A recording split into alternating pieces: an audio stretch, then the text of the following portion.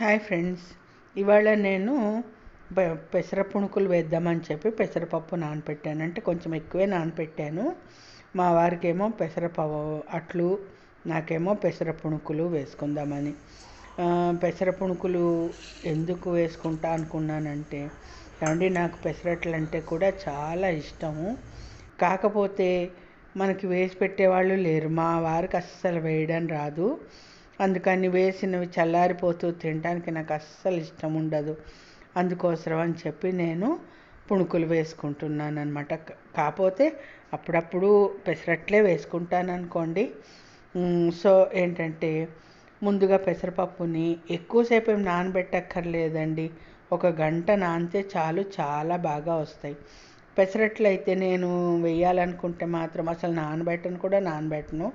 Direct ఒక గుప్పెడు బియ్యం వేసేసి డైరెక్ట్ అల్లం పచ్చిమిర్చి అన్నీ వేసేసి రుబ్బేస్తా. కాకపోతే ఇప్పుడు నేను వేయాలనుకున్నది పునుగులు కాబట్టి నానబెట్టాను అనమాట. సో నేను ఒక కప్పుడు నానబెట్టుకున్నాను. ఒక 1/4 కిలో అనుకోండి, 1/4 కిలో పప్పు నానబెట్టాను. అందులోకి ఒక 6 పచ్చిమిరపకాయలు, 2 అంగుళాల అల్లం ముక్క, 1 స్పూను జీలకర్ర ఎంత వేసుకుంటే అంత టేస్టీగా ఉంటుంది.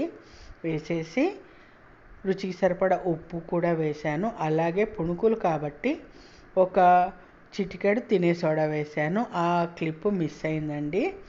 సో అది ఫ్రెండ్స్. సో ఏంటంటే, యాక్చువల్గా మా వారికి అట్లంటే ఇష్టం అన్నాను కదా.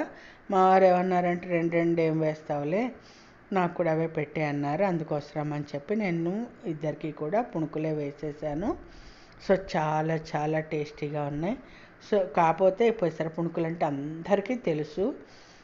కాకపోతే ప్రతిసారి కొత్త వాళ్ళు వస్తూ ఉంటారు. కొత్తగా పెళ్ళైన వాళ్ళు, కొత్తగా చేయడం రాని వాళ్ళు, పిల్లలు చూస్తూ ఉంటారు కదా, వాళ్ళ కోసం పెడుతున్నాను. తెలిసిన వాళ్ళు స్కిప్ చేసేయండి, ఓకేనా ఫ్రెండ్స్.